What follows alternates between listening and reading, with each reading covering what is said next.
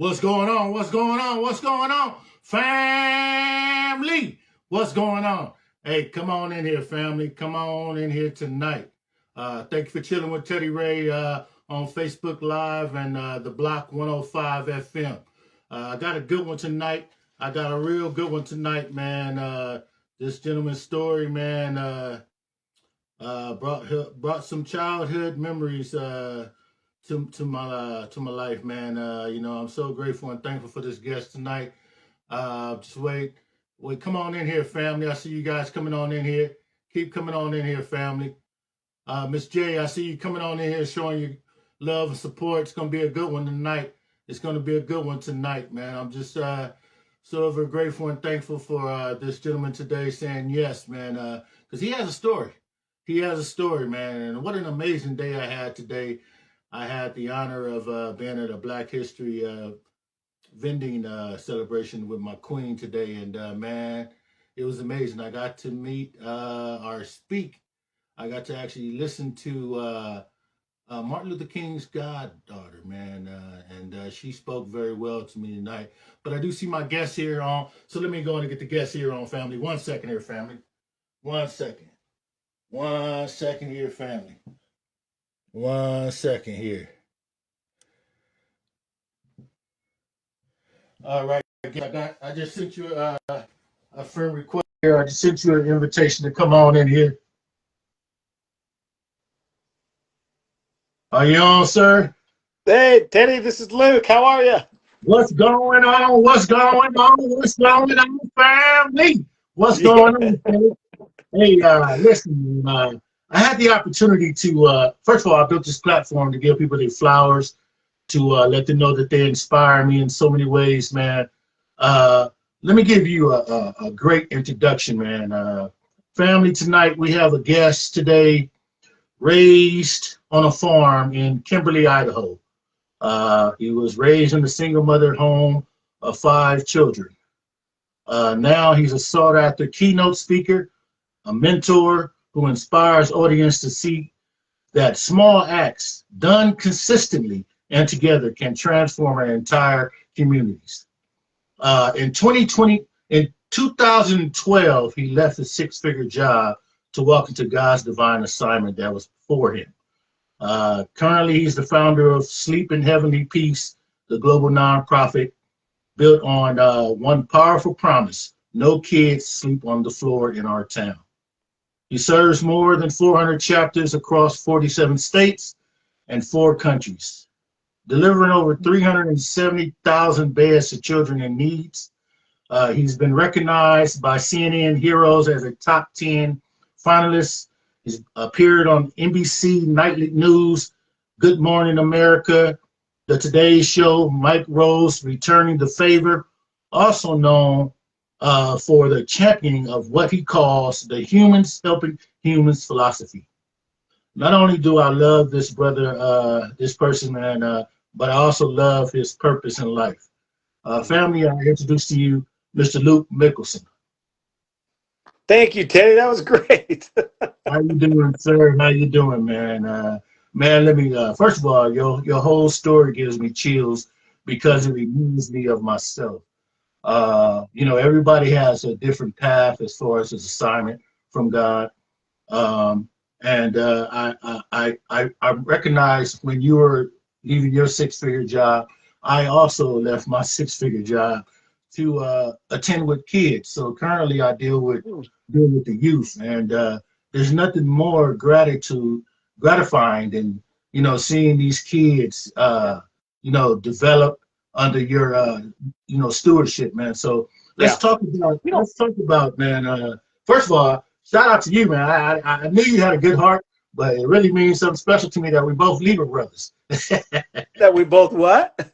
We're both Libras. Hey, that's the best ones. For years, because I'm right on. They're great-hearted people, man. They're great-hearted people. So let's talk about this. Well, first of all, how you been today, sir? Good.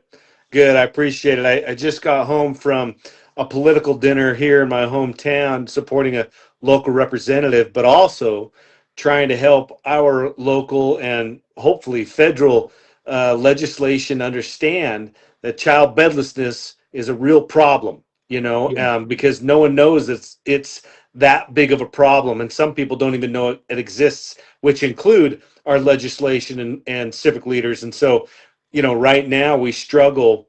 I shouldn't say we struggle. I just say right now there are no federal grants Mm, that talk about supplying and helping families that have kids sleeping on the floor, mm. and we want to change that. So it's been a fruitful day, but I'm glad to end it on talk with you, brother. You know what, man? I was listening to, first of all, I believe you were on one of my associate sets on social media. You were on either Speak Up Vegas with her interview. Then I saw another interview a couple of days ago that you had with a gentleman and a lady. Let's talk about, I know I know you have faith in God, but let's talk about 2012, sir. Sure. Where was your mindset? What was your faith? As a matter of fact, let's dive into that. Where was your faith that you were just willing to walk away from comfortability Mm. to the unknown? It's actually a very ironic question that you would frame it that way, Teddy, and I'm grateful for you did. I grew up in a small town, and the beauty of living in a small town is you know everybody, right? The bad thing is everybody. You know what I'm saying? And but in all seriousness, I loved it because you instantly developed this camaraderie and this system, and you cared for people that and you were just taught to care for people because they when you're only from a town of 4,000 people, there's not near as much to care for as others. But I, like you mentioned earlier, growing up in a single family, single parent home with five Yeah, kids, yeah, we relied on the community, and the community stepped up and helped us in many ways, and I was always very grateful for that, and that always meant something in my heart, and it stayed with me. So, I was grateful to come back after going to college and serving a mission and doing all that stuff for my church. Came back to my hometown, and was able to raise my family here. Well, to get to your question, in 2012, I was about 35 years old, yeah, and probably like many of your listeners, I would imagine, being 35, you've been in your career for I don't know, a decade or more, and you're doing things right. You're serving in your church, and you're coaching, and you're doing all this stuff that I was doing. Well, I had this internal struggle happening, mm, and I think we all kind of go through maybe a little bit of an identity or a passion crisis, a purpose crisis. Who are we? What are we doing? And I was going through a major, major faith crisis. I grew up in a mm, religion my whole life, and I just didn't believe that type of religion anymore. And so it was difficult to know where I fit and where God was going to fit into my life. yeah, And I think a lot of us go through that. I think, and it's sad that sometimes I think we feel ashamed to talk about that kind of stuff when the fact of the matter is we all go through it. And I like to share that with people because I want them to understand that we're all human. And when you yeah, have doubts and you have troubles, whether it's in or outside of your faith, that's okay. It's good because, and I firmly believe this, because of that. I think I leaned in on things that I knew brought me happiness, which was service. I loved serving people. And like you, brother, man, I coached football. I coached all my yeah, kids' sports. I love yeah, working with the youth. yeah, I love serving the youth because, these little humans, I call them, they they're in these situations or things happen to them not because of any of their choices, right? These are the choices of adults and parents and their bad choices. And so it always makes me feel good and made me feel good back then to spend some energy and time serving those kids. And so in my church service at the time, I was in a position, what was called a young men's president. So in the mm, in the South, it's all kind of like a youth pastor, if you yeah, will. Yeah. Yeah. Um, and so I was responsible for the spiritual lessons and growth, but also the activity arm of the boys during the week. Whatever activity we're going to do. Well, when you're working with teenage boys, trying to find an activity that doesn't involve a screen or a computer game of some sorts is not an easy thing. You know what I'm saying? You're right. You're right. and and so but a part of this position I held as a young men's president, I would sit in meetings with other auxiliary leaders in the church, and we would talk about things that were going on in the community, and certainly families that we were helping in and outside of our congregation.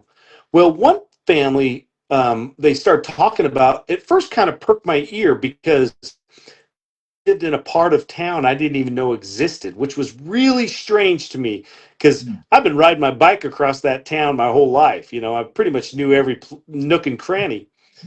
And so when I found out about that, that was a first, kind of oddity to this situation. Well, then the leader that we had a leader that go and she like went into the home and kind of surveyed maybe what the family needed. Well, she was telling us about some of the needs, and almost in passing, she mentioned that the kids didn't have any beds, and it just hit me really funny. And I said, wait a minute. When you say that they don't have any beds, I mean they have mattresses, right? And she says, no, they're literally sleeping on the floor. And Teddy, I never really heard of that before. Certainly never saw it, in with my own eyes. But I'd never really heard. Hey, babe, would you close that door for Slumber me? party. Um, I never really heard about that before, and so I quickly I thought of two things really. My first, I thought, kid, what would it be like if they were sleeping on the floor day in and day out, right? How horrible that would be for them. And then I thought, you know what? I'm always looking for a good activity for my Boy Scouts. That's usually what we ended up doing was Boy Scouts. And I thought, you know what? Here's a great opportunity, Teddy, to get an Xbox controller out of their hands and put a drill and a sander in it. We're Yeah. gonna teach them something, you know and so that's what we did. I had them come over to my house, and for a couple of nights that week we built a bunk bed for this family, Oh and wow. and we had so much fun doing it. The boys had a great time, of course, playing with power tools. Who doesn't like doing that, right? Yeah. And Yeah. so well, the time came to deliver this bed, and I kind of got out in the community that we were doing this.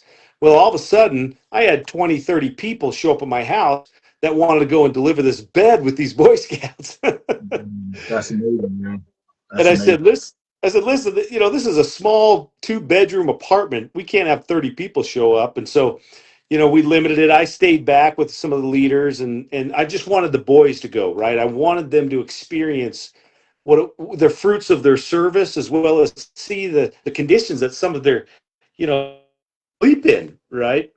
Yeah. And so I was excited that they went, but I also, when they got back and told me how amazing the experience was, and they listened to these kids just so excited about having their own bed. I was happy for the boys, but I was also a little jealous, if I'm being honest. I wanted to experience that myself, because here I was, going through this kind of internal turmoil in my life, this faith crisis, this passion crisis. I had this hole that had been developing in my heart for many years, and I did this project and it instantly filled. Right, it was just such a great feeling, but I didn't get to see it in completion. Yeah. So one night, just a couple of days after this event happened, the next week, I'm sitting on the couch watching Big Bang Theory with my kids, and and all of a sudden, some commercial comes on to talk about the new Xbox. Well, being the fact that it was the first week of December, start of Christmas, I just knew my kids were going to ask for that stupid Xbox, and sure enough, they did, right? And so like any parent, you're sitting on the couch and you're just like, really, guys, you already have an Xbox, and for me, I just got done delivering a bed to kids that didn't have any. I'm going through this internal struggle of what's my purpose in life, and how can I fulfill this empty hole that I've got, and what's my place, and where does God want me, right? Yeah, And yeah, all of these things are going through my head, and I knew right then, Teddy. I said, listen, telling myself, I can sit here and talk to my kids all I want. I can share stories and try to teach them, try, have them understand the joys of service and how nice it is to give back, and as yeah, well as appreciate the things they have, right?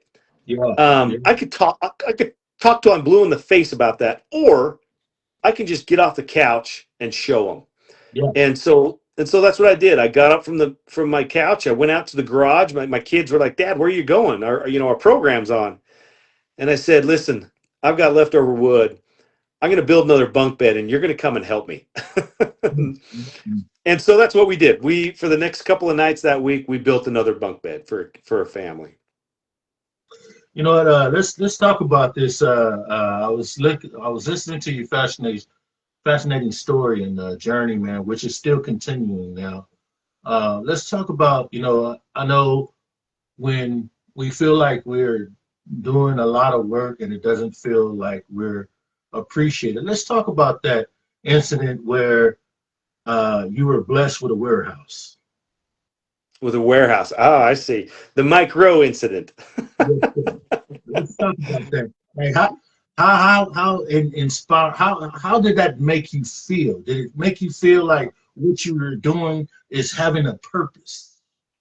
Well, the reality of it is, we got the warehouse and met Mike Rowe 6 years later, right? Mm, We had 6 years of delivering beds to kids in our community and sharing their stories, and what seemed to happen every time we'd share a story or show pictures on Facebook, more people would rise up and say, "Hey, I know of a kid, or I know of a family that are in trouble," and that really, it shocked me, because I didn't realize that child bedlessness, not even a real word, was a real problem and is a very real problem. It represents greater than 3% of the total population of the town you live in, right? So if you yeah, live in a town of yeah. 100,000 people, there are 3,000 kids that are sleeping on the floor. And Mm, so that was a big eye opener to us. And so the more we've delivered, the more applications we received, and the more covered how bad this pandemic in our country is. Well, this got out to a certain celebrity, a guy named Mike Rowe, which we all know Mike Rowe. yeah, He was yeah, actually running a, a Facebook watch series called "Returning the Favor." And what he would do was go across the country, and he would find charities and their founders, and he would show up and surprise them, and then he'd gift them. Well, either money or cars or whatever the charity needed. Well, in our case, we needed a functioning warehouse. And yeah. so when he showed up, he moved us to a warehouse that we got to use for 3 years without any rent, which Yeah, was totally awesome. But mm, but Teddy, I'm telling you, the biggest thing we got out of it, the most beneficial thing that he gave us, was the megaphone that we needed to announce and how big and ugly it is, but also that you could solve this problem in your own hometown. And so we started getting a bunch of people that wanted to start chapters all over the country, right?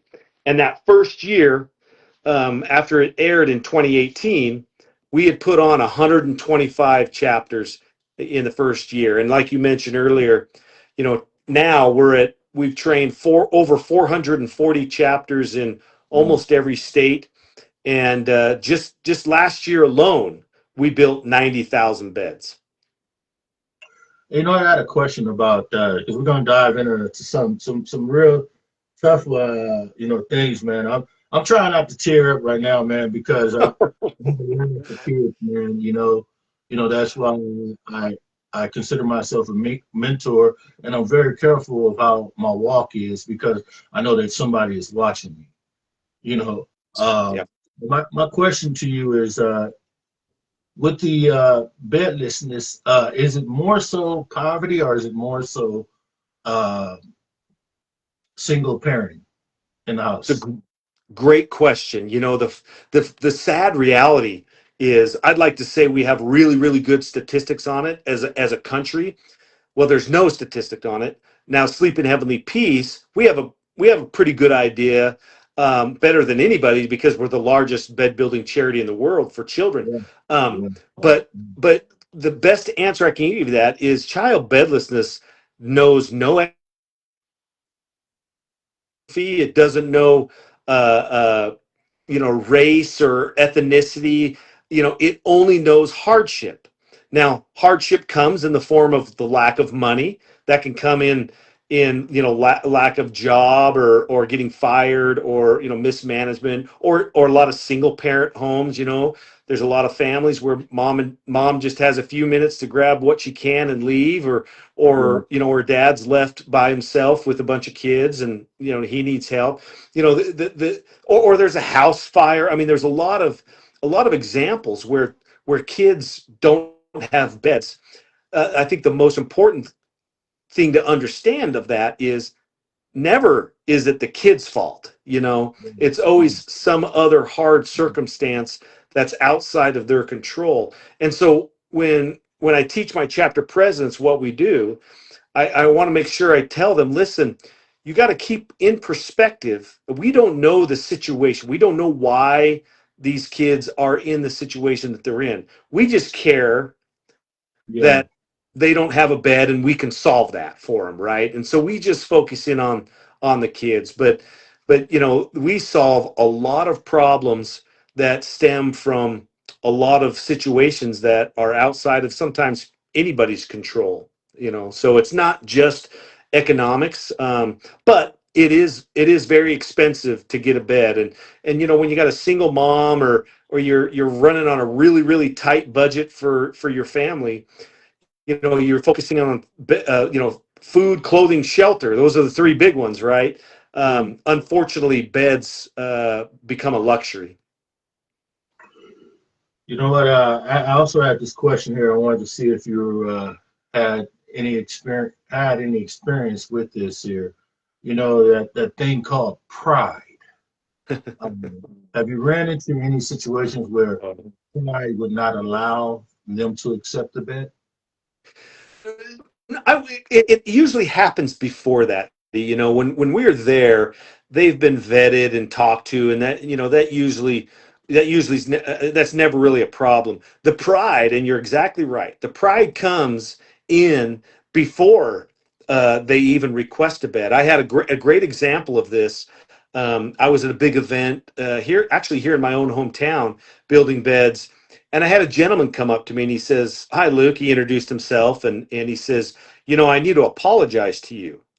And I said, "I don't know who you are, bud. So what?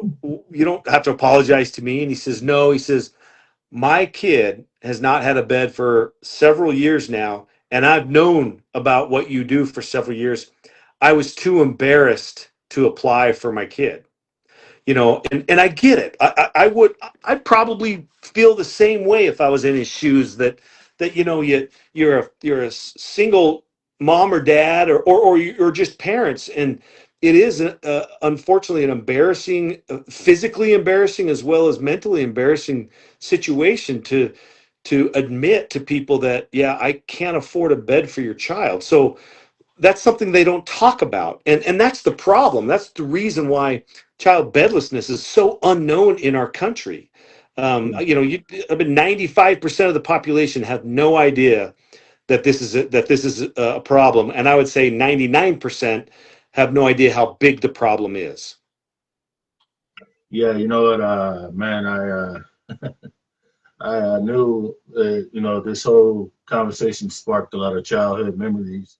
Mm. I've always had a bed, but you know, it makes you realize and appreciate, man, the little things. Most people don't have beds, man.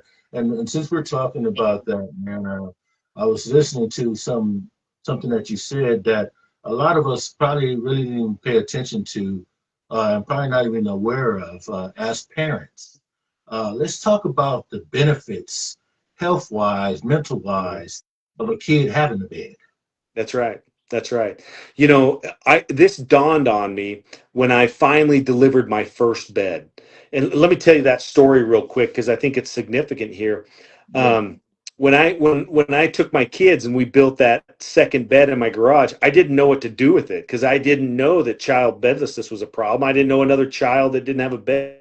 And so when I threw it on Facebook and said what, hey, my family and I had built this bed as a Christmas project for a child. Does anybody know of a child that doesn't have one? I got two things happened that were pretty astonishing to me. The first thing that happened was I had a lot of people I knew and people I didn't know that had commented on that post and said that they knew a child that didn't have a bed. And there was a lot of them, which that was Mhm. the first shocker. And then Mhm. the second shocker was the conditions that these kids were sleeping in. I mean, we're talking on pallets and hardwood floors or, couches or air mattresses that, don't stay inflated and, just really bad situations. And so it was really shocking to me what was going on. And at that time, I had a friend of mine that worked in the social services, and she gave me a call and she says, "Luke, have you delivered that bed yet?" And I said, "No, I haven't." She said, I got the great situation for you. It's super needed. And this is my Haley story. So Mhm. Haley was a 6-year-old girl that had never slept on a bed before. She slept in the backseat of her mom's car. They were homeless. And my friend helped them get their very first house. And so I was excited to bring this little girl, Haley, 6 years old, her very first bed. So when I walked into the home, I had seen homelessness before and or at least transitioning homelessness, but I never really saw it through the eyes of a 6-year-old before. And so it was really shocking to me. There was nothing in the house. There was no couch or table or chair or anything, nothing that I'd never seen an empty home where people live in it like that. The only thing they had was a hot plate that had a can of soup on it, and that was dinner. And so when I looked at Haley, I said, "Haley, why don't you show me your bedroom?" And she was so excited to just have visitors to her first house, right? And then to show visitors her first bedroom, right? And you can imagine what this looked like. It was holes in the carpet and tears on the wallpaper, and it was just really run down. But the most shocking thing that got me the most, Teddy, was in the corner of her room was a pile of clothes, and that's where Haley slept. She'd come home from school, she'd put her PJs on, sleep on her cool school clothes, and in the morning put their school clothes on and go to school. That really shocked me, right? That's when I really sat down, or at least thought in my head, took time to think about what does not having a bed mean for these kids, right? Yeah. And you're right. If you, just talk about physical, right? So physically, we know they don't sleep well. They wake up most likely in a pretty bad mood, like the rest of us would when we don't have a good night's sleep. They're stiff, they're sore, they're not ready to socialize with their friends at school. They're in bad moods. They're not ready to learn like other kids are ready to learn. So they're already, fighting a swimming upstream, if you will. They're fighting a battle that Yeah. other kids don't have to, right? So they're Yeah. already behind the 8 ball. Yeah. And that's Yeah. just the physical side. Now you talk about the social side. These kids don't have sleepovers. They don't have friends come and hang out in their rooms because they're embarrassed they don't have beds. And when they go to their friends' house and see that they have beds, right? That's a social discomfort that I don't think even us can really understand, right? Because we've had beds. Yeah. And then you think about the mental aspect of it. When you and I, Teddy, when we have a bad day at work or a hard day anywhere, where's the first thing we are excited to crawl into? Where's our escape? Where's our recharge Yeah. and our safety zone? It's our bed. Yeah. I travel Yeah. all over the country speaking and stay at some really nice hotels. I promise you, there ain't a single bed that I would rather sleep in than my own. you know, and that's what these kids are faced with day in and day out. They're attacked. They're crippled, if you will, by these sometimes unseen and misunderstood personality issues that these kids have, and it stems from the fact that they just don't have a bed and they're not getting a good night's sleep, you know. And the other thing I learned too is when we started putting this bed together for little Haley, you know, I was watching her, and when she realized that it was a bed, this little 6-year-old just erupted. You know, she ran over and hugged me and my buddy that was Mm. there, these two strangers in her room, and then all of a sudden she goes and hugs the bed and even kisses the bed, Teddy. I'd never seen that before, right? And if that wasn't enough to melt your heart, you look up and see the single mom, 6 years of tears pouring down her face, and I knew what each one of those tears meant because, you know, I was raised by a single mom too, Yeah. and so that really struck me hard, and I knew right then this is way more than just a bed. This is way more than just a good night's sleep for a child, you know. Man, that's that. Man, I take a little breather for a minute on that one, man. That's amazing, man. I have a question though for you. How rewarding? I mean, you could have started this anywhere else, but to do this in your own town, Mm. how rewarding is that? You know, I often tell people I'm not sure it would have got past my own hometown if I didn't have my community step up and help. You know, I Mm. learned that not only is child bedlessness a problem, but I also learned and still continue to learn that there were people in my own community and now people all over the country, great people that want to give back. They want meaning and fulfillment in their lives. They just don't know where to go to get it, you know, and Sleep in Heavenly Peace is just one of those charities that provides a service, not an easy service to do. You know, it's physically demanding and, you know, and it's time consuming, but that is what brings so much fulfillment to people that volunteer with us. Because we have a saying in SHP that the happiest volunteer is the sweatiest and the dustiest. And that's Mm. so true. You know, when you want to take time out of your day to volunteer, you sure want to make sure you felt like it was meaningful and you felt like you made a difference, you know. And how we build beds, we take raw lumber and we, you know, usually from our corporate sponsor Lowe's, we show up in some sort of parking lot, we bring the tools, and boom, we got the community building beds for children in their own communities. And I think that there's two things that they get out of that. Number one, they touch every single piece of wood that crosses their path, and they Mm. do something to it, whether they drill a hole or screw into it or hammer it or sand it, and their fingerprints are on every single one of those pieces of wood that ultimately make up a bed when it's done with the assembly line. So they get the feeling and the knowledge that their hands are on every bed that goes underneath the child. And the second thing is it's not easy work. I mean, it's time consuming. It's hard. You feel it the next day, you know, and and so they know that if I wasn't there, you know, if I hadn't showed up to volunteer, that wouldn't have got done, you know, and I can feel it physically. And those are the things that as volunteers and as someone that works and hears the stories from volunteers knows that, you know, busy, hard, and um, meaningful service brings great fulfillment to people's lives. Yeah. And you know what? It's just like that saying says, man. Some people call themselves, but some people are called by God. And I'm so grateful and thankful that you answered the call, man. Mm. Because of you, I just want you to know this. Because of you, your community came through. Like you said, you would have never your community problem would not have ever been solved had you not stepped out in your assignment that God had for you. So I'm so Well, ever grateful and thankful for you doing that, man. I know thank your you. community is excited about that. Let's talk about where we're going now with this. I know, I'm pretty sure when you started this, you didn't think that it was going to be as impactful as it is. Oh, I know it did. was going to be impactful for sure, but you really didn't realize how impactful that it is now. So let's talk about where we're going now. Where we're going.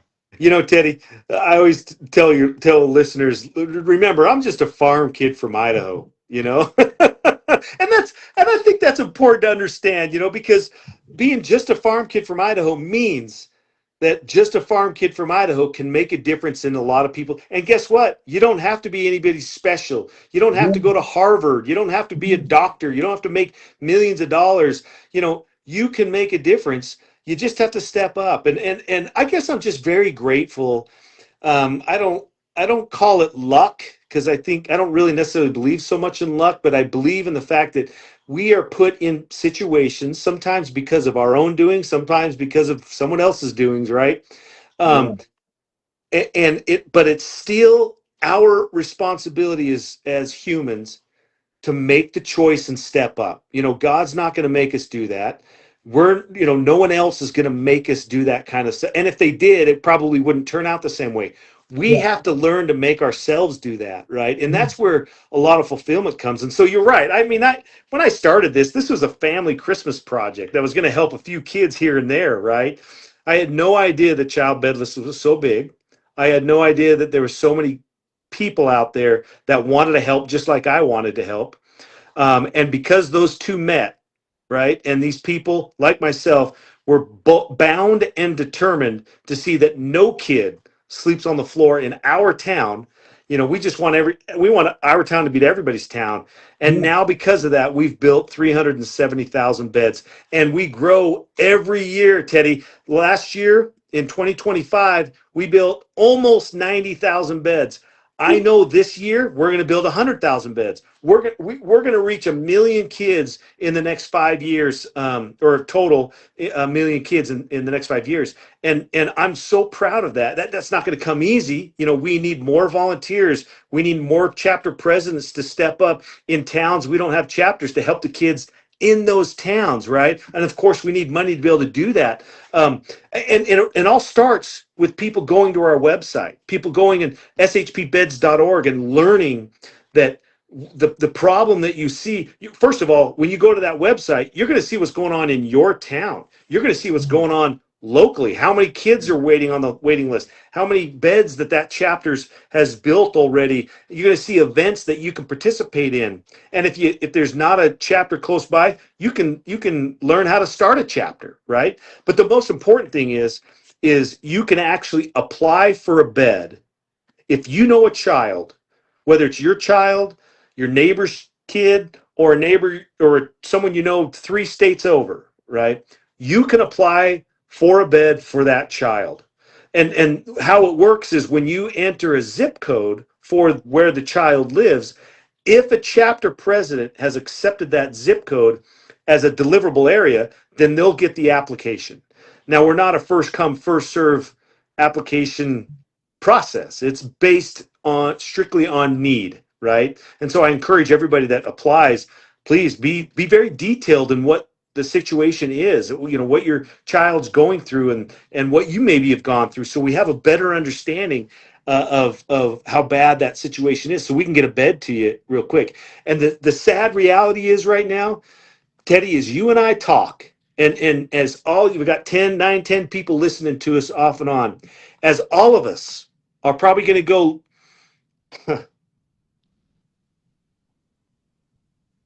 as we're going to go lay down in our beds tonight. Did you know there's 155,000 kids right now that are on our waiting list? And the sad reality of that is, Teddy, we only cover 27% of the United States. So if you think 155,000 is a lot, well, there's 70% that may not even know we exist. And so they don't know how to apply. That's only going to change one way, Teddy. And that's exactly what you're doing, is bringing me on, sharing the story, raising awareness about a problem that no one knows exists, and that's child Yeah. bedlessness. Yeah. Well, I want to say this.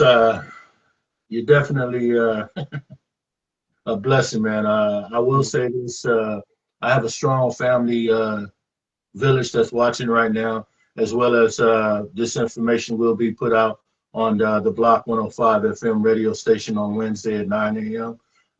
But the family members that are watching live right now, they're requesting for the information of how they can support. I'm gonna, me and my queen, we're definitely gonna put in. We're gonna do some searching and find out what family member needs some beds and try to do some donations as well.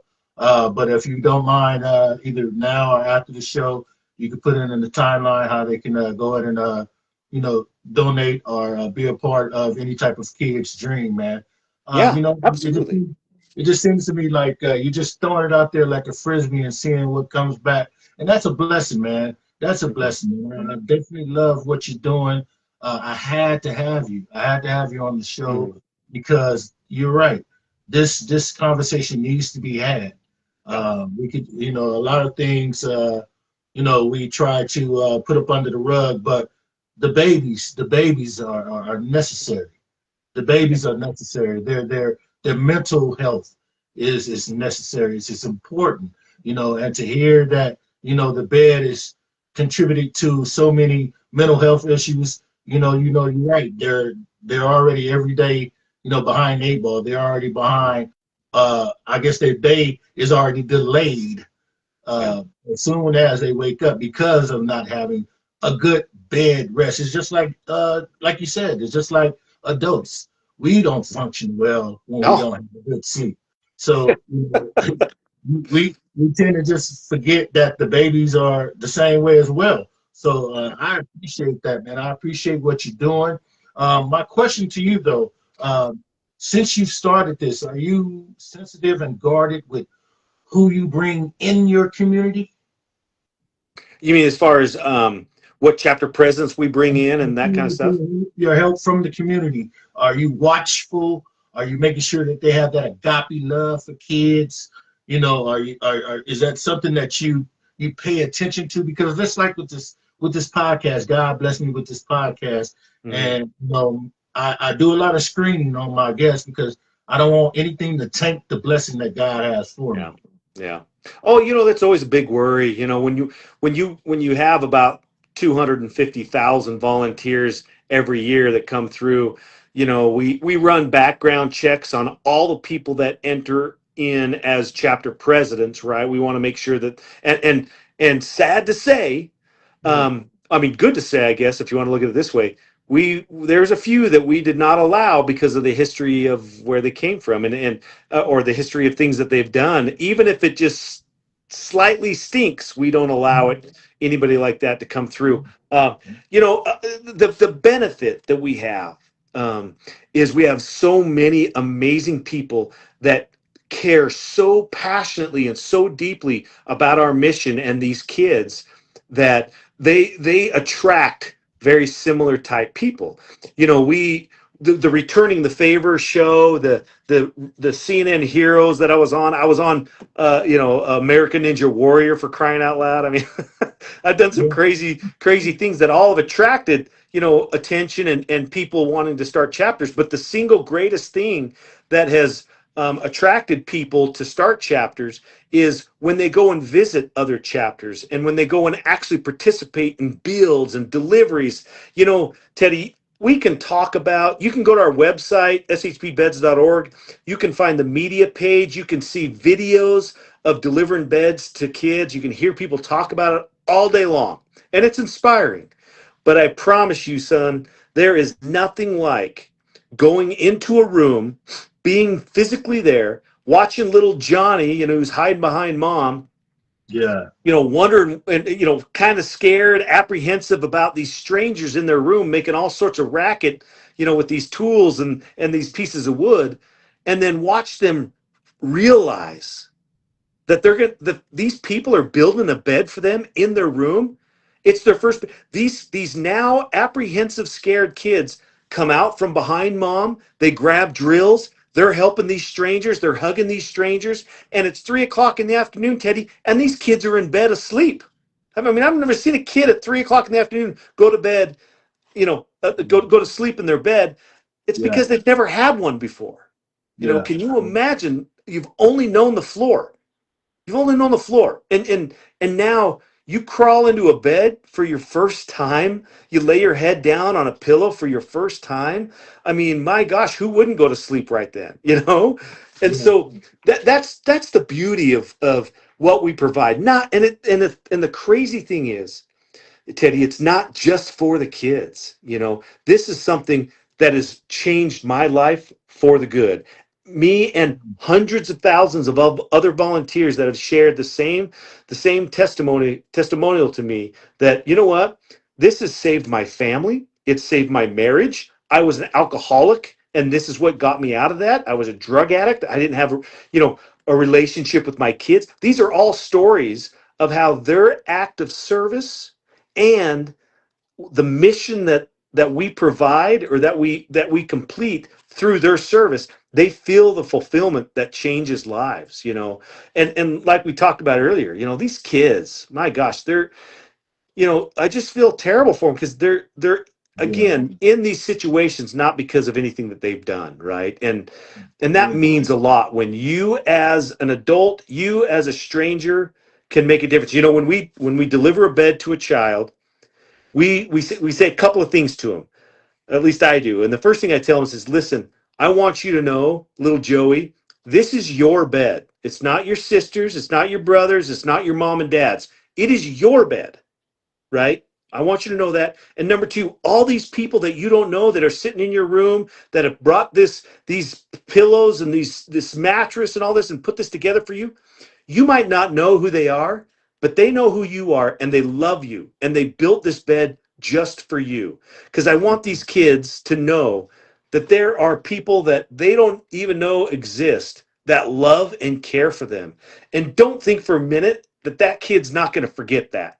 And that's not going to stick with them, right? And that's not, I mean, I remember sitting in a dentist office one time, and no one likes to sit in the dentist office waiting for the dentist, right? And I look over, and I could see this mom and about a 9-year-old kid or so. And I had my SHP hat on and all this, and she was kind of like looking at me. I could tell she was trying to get my attention. And I finally, we kind of locked eyes, and she says, "Are you Luke?" And I said, "Yeah." And she says, almost tears in her eyes, which I don't want to cry. She said, "You brought my kid a bed 2 years ago. This kid, thank you." And man, I just lost it. And that's the kind of things that we get to experience. That's the joy, the currency, the reward that we get for serving such a great cause. So I guess you had my questions down because I was going to ask you the question about how impactful was it has it been to the parent, man, now that the kids have a bed, have they ever came to you and told you how much of a difference that it made, or even if have you ever experienced any parents, whether it be the mother or the father, that because of your blessing joined your community? join it. Oh yeah, absolutely. In fact, a lot of our uh like core, what we call a core team member of a chapter, right? And some chapter presidents, they became a part of Sleep at Emily Peace because they grew up without a bed. They Mm. knew what it's like. In fact, if you go to our website, there's a video on our media page called oh my gosh, I just brain farted it. Our Why, it's called Our Why. And you'll listen to a testimonial of a chapter president, an older lady. She's in her 30s, right, 30s or 40s, and she talks about how she grew up not sleeping on a bed. That her and her sister shared the itchy couch, and it's these testimonials and it's these people's stories that doesn't surprise me how why they're so passionate in being involved. And we're getting older. We've been around for 14 years now, so there are a few examples of kids that we have helped that now are active members of chapters in their own hometown helping out. In fact, my son, he's 23 now, but about 5 years ago he was working for a hardwood floor company, and his coworker was one of the kids that we delivered beds to the very first year, and they still have the bed, which I thought was really cool to hear. It's just amazing how the help that you extend in your local community, you just don't know how far it goes, right? You just don't know the effects sometimes, and it's beautiful when you do get to find out. You know what, Luke, man, you definitely blessed me tonight, man. You blessed me tonight. We need more like you, Luke. We need more like you. Um, Well, there's a lot. There's a lot out there, and I hope I hope I'm encouraging others to be that person. We have a lot of chapter presidents, Teddy, that have joined SHP because, well, first of all, they're sick and tired of hearing the negativity that spews out on social media and news all over. I mean, it surrounds us every day. It's just so negative. And they joined SHP because they wanted their kids to know that there's still good in the world and that they can be the good in the world, right? And I think that's important to understand that everybody can make a difference, and sometimes maybe that difference is only in you, and that's okay. yeah, That's actually the most important thing is you got to take care of your inner you before you really can help someone else out, and it can yeah. start with service. Man, Luke, first of all, I want to thank you for coming on tonight, man, and blessing me, as well as blessing the family members tonight that are watching here. If you have any inspiring words that you want to leave or anything that you have coming up or any, events that you have that the family members can support, you have the floor now. I want to say, man, continue to be a voice for the voiceless. Continue to walk. This is your God divine assignment for you and you only, man. Thank Um, you. it took you to start this. Mm. And I'm so excited to see, if you don't mind, I would like to have a part two to see where God has taken sleep in heavenly peace Mhm. within the next 6 months. I'm hearing 6 months. I'm hearing it could be before 6 months, but I'm just hearing that God is going to bless you for your faithfulness and your Mhm. dedication in this God divine assignment that He has Mhm. put on you. So if you have the floor now, sir, but I definitely want to say thank you, thank you, thank you for putting your Saturday night to the side. Man, you just hearing your story, it just lets me know that I have a lot of work to do. Oh, brother. Well, first of all, thank you for that. And I feel the same way. I do not take this opportunity that God has given me lightly at all. That's why meeting on, a Saturday night at 8 o'clock is no big deal to me because this is more important than watching the Olympics or football or basketball. This is about changing the world, right? And hopefully inspiring some people that are listening today that they can be a part of that change too. And I guess that's the message I would love to leave with everybody is listen, I'm a farm kid from Idaho. If I can do something about making a change and a difference in people's lives, you can as well. Yeah, And if this is something that really pulls and tugs at your heartstrings, go to our website, shpbeds.org. There's a bunch of ways that you can get involved. You can, of course, donate. We're a nonprofit, right? And we're very transparent on what we do with that. Your money, you can, first of all, you can select any chapter you want in the country. And if you donate $100, $90, so 90% of your donation goes right to that chapter strictly to build beds for kids. We pull 10%, we as in, the headquarters, if you will, because we got to pay for insurance and business costs and all that stuff, but it's only 10%. You know, there's not charities that do that. They're usually the opposite, you yeah, know. So yeah, so I wanted to make sure everybody knows that. The second thing is find your local chapter. When you bring up shpbeds.org, you're going to find your local chapter. Reach out to them. They need your help. I promise you. We're always looking for core team members that can help because this is not easy work and people get burnt out from time to time. So we need more hands to help more little hands. If there's a chapter that's not close to you, and this really is something that you want to be involved with, start a chapter in your own hometown. Be that person that brings these blessings to these kids. I've had people call me up and said, Luke, I don't want to start a chapter. I just want to build a few beds, 3 or 4 beds a year can you help me do that? And I just smile at him because I tell him, I said, tell you what, why don't you just start a chapter and you build 4 beds this year? Because I know that 4 beds is going to be Yeah, like 400 yeah, beds. yeah, yeah, yeah. That's You our know, point. well, and the last thing, Teddy, I'll just say this, the last ask, which is the biggest ask I have of everybody tonight, is just open your mouth about child bedlessness. Share with people what you learned tonight. Because all it takes is one person to overhear that, oh my gosh, there is an opportunity for my family and the children that I have sleeping on the floor. I can get them a bed.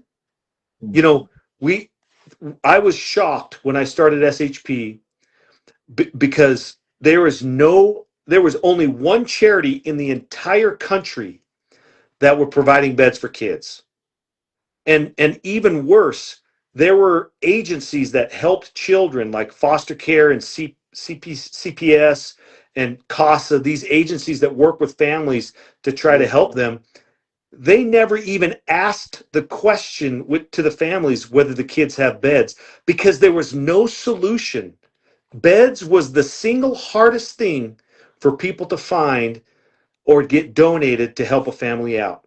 And oftentimes they didn't, so they had to go spend money, which would otherwise gone somewhere else. That's going to come, and that's going to be solved by your listeners, all of us together, actually opening our mouths up and sharing this live, sharing what you heard. Post about it. Yeah. Heck, find me on my social medias. I'm Luke Mickelson. You'll find me. I guarantee you. Yeah. Follow me. I share and post every single day of stories and situations and of whatnot of these kids and these families and these volunteers and these donors and all these experiences for the simple purpose of raising awareness, because I want to find every child every child that doesn't have a bed. I want to find it because we have the solution to solve it. So, Teddy, thanks for having me on, man. Man, listen, I can't wait, man. I can't wait. I'm definitely gonna be supporting it as well, me and my queen, and a lot of the family members, because I have, like I said, I have a strong family village that watches faithfully, and they are definitely good people. Because they've been rocking with me all this time, and I'm still on the potter's wheel trying to get it right myself, but they have been sticking with me, man. So Awesome. continue to be a voice to the voiceless, man. Continue to walk in your God's divine purpose, and you be blessed, sir. Thank you, sir. Appreciate you. All right, take care. Bye bye.